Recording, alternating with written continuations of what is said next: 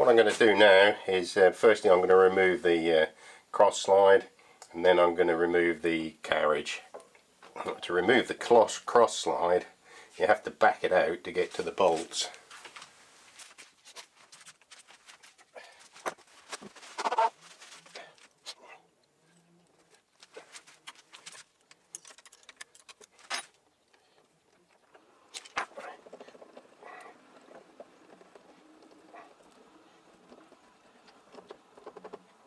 That's the cross slide off.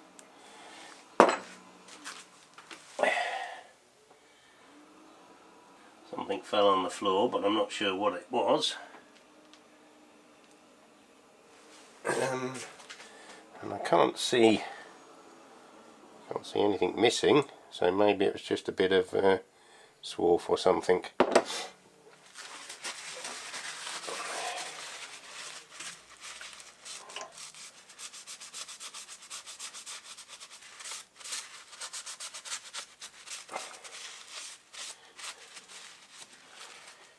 Right, I can now take that off.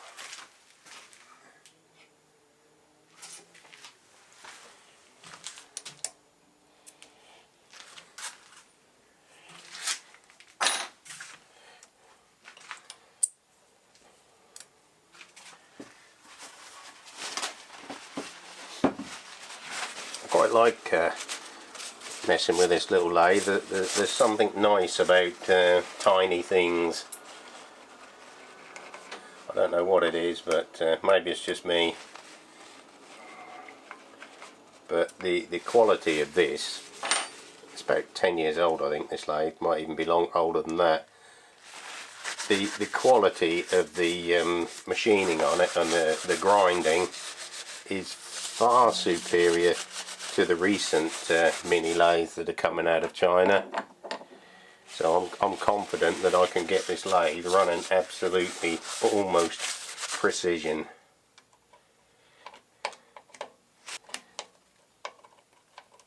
Oh, I'll get that out in a minute. Right, so I want to remove the carriage, and I want to remove the front part as well. The saddle, I think that is, or this might be the saddle, I'm not sure. I'm not sure what the names are, doesn't really matter I suppose.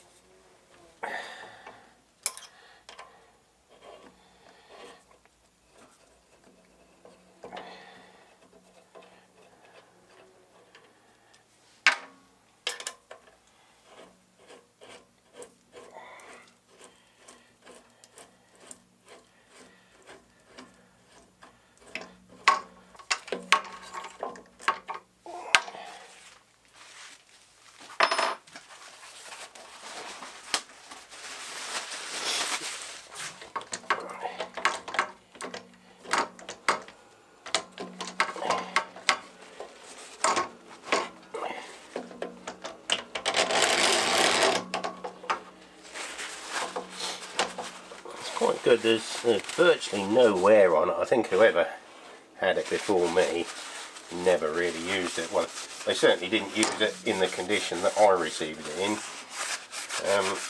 But the ways are totally unmarked, and the grinding is absolutely superb on them.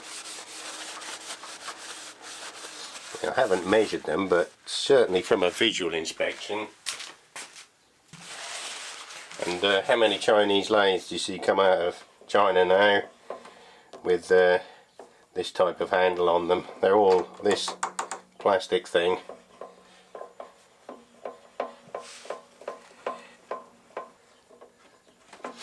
Actually, what I'll do, I'll take these screws out because I'm pretty sure they hold the nut.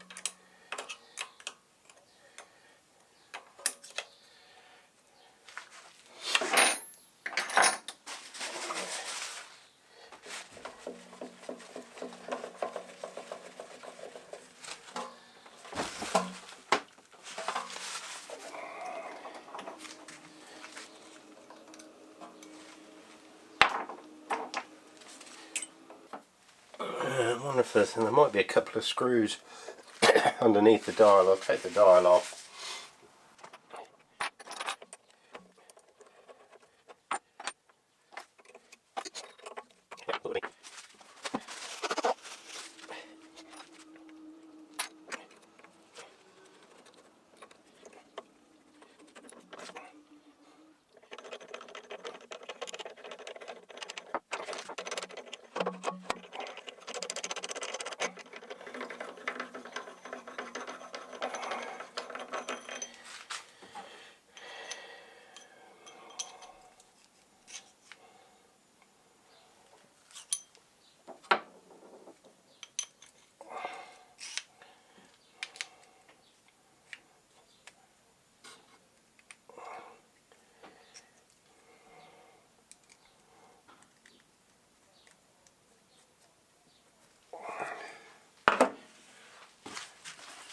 Alright, so we have to take this cover off the back, so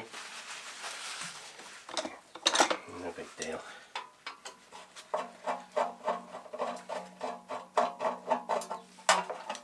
Probably going to be better off out the way anyway.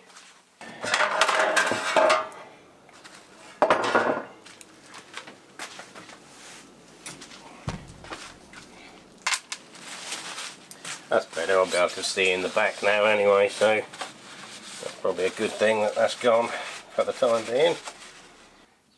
That's the stop screw that was stopping it from coming off forwards, but that doesn't matter.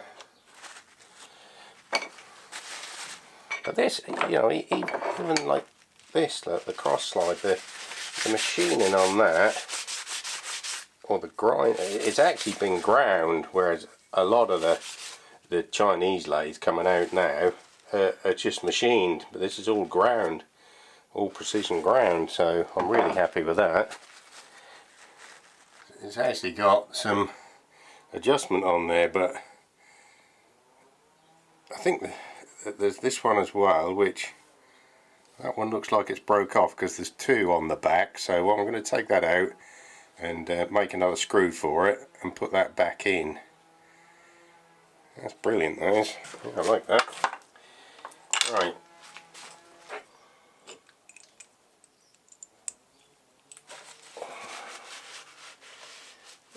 See this? Well, there's a tiny bit of wear.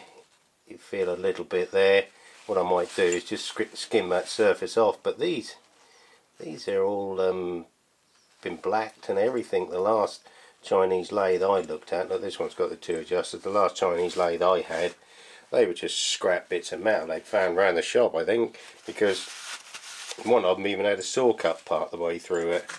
So anyway, let's just put that back at the back, and I'll clean this up and inspect it, and then see what we got. I'm not saying it's perfect, I'm not saying it's a high-end machine, but it's certainly better than some of the rubbish that's coming out of China now. Right, I've got the carriage and the apron back on, that's all set up. I set these underneath pieces up with shims in the end. I didn't use the little adjusters. I found the shims held them a little bit square and I could get finer adjustment. So I'm just going to adjust the gibs on this. Now what I like to do with adjusting the gibs is I like to just turn them in till you feel them touch. Try it. Yeah, that feels good. Keeping this in the centre, and then I will lock them off at that position.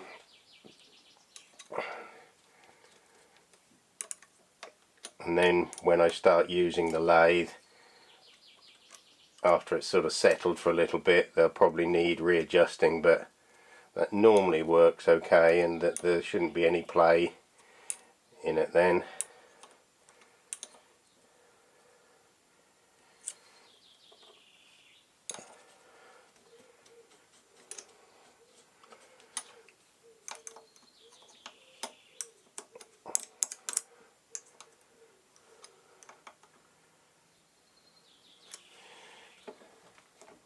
Right, that's without being tight.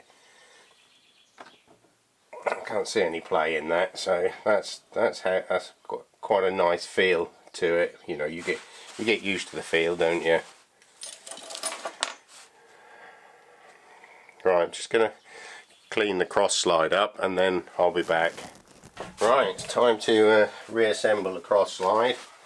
I've cleaned it all up and honed a little bit of it, but it didn't really need much, so it should just sit quite nicely on here now.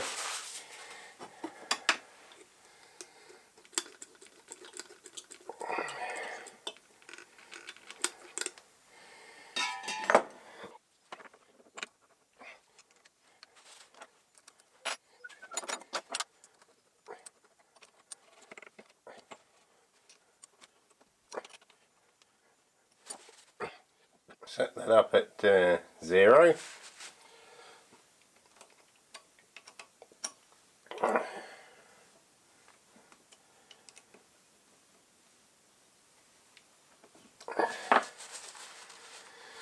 Lovely. Right, a bit of oil in there. Bit of oil in there. Bit of oil in there.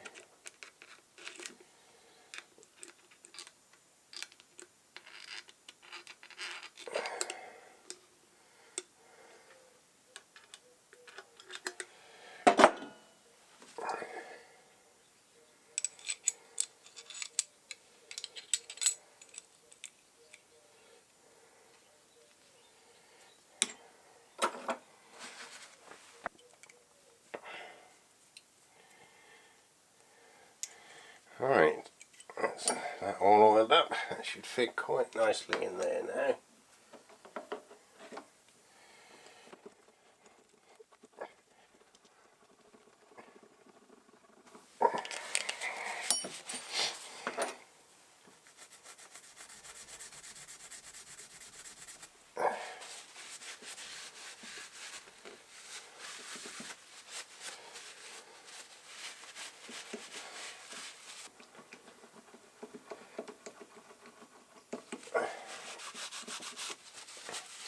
Right, I'm going to set that up to the end because that's where I normally have it, and I'm going to adjust the, let's go halfway.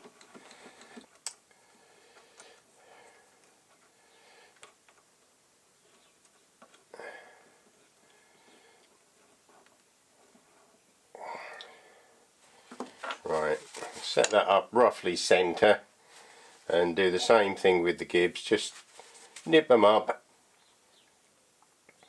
till I feel them touch, or come under tension I should say.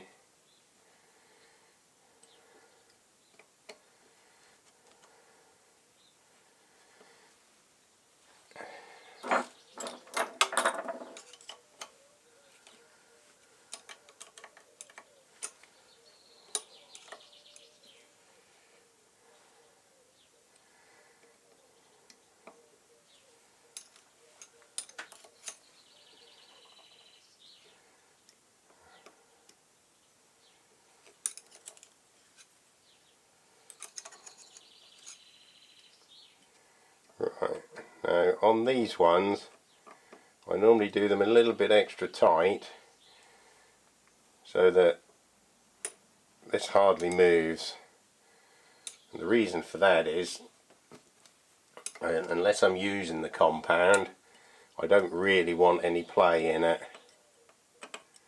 so I do them up pretty tight. In other words, I'm sort of locking off the compound, and then if I want to use the compound for anything I'll slacken them off.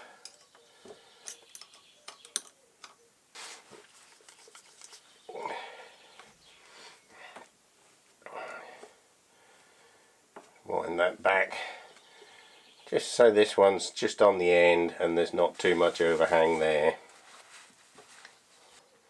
Get the tool post on.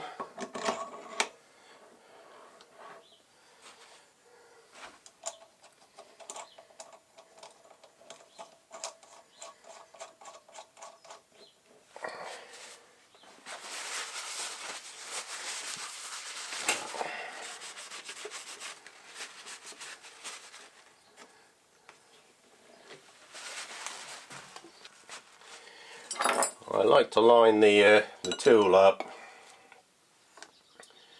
with using a parallel and the face of the chuck. Not that that's critical, but not on this type of tool, but it certainly would be if you were putting a parting tool in there. Right, that's all lined up. Everything feels really nice. Yeah, that is so much more solid now. Let's get a bit of something in there and spin that up, I think. Spin that up and see how she goes.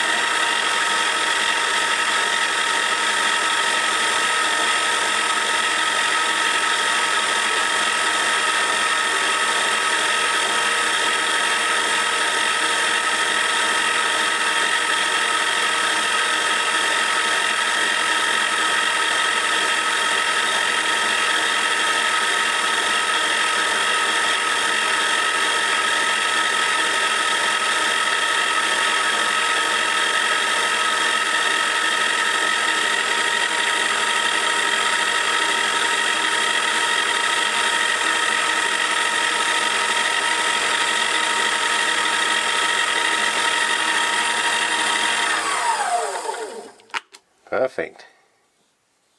Yep, not bad for a carbide tip anyway. Right, let's just check, see how it's running.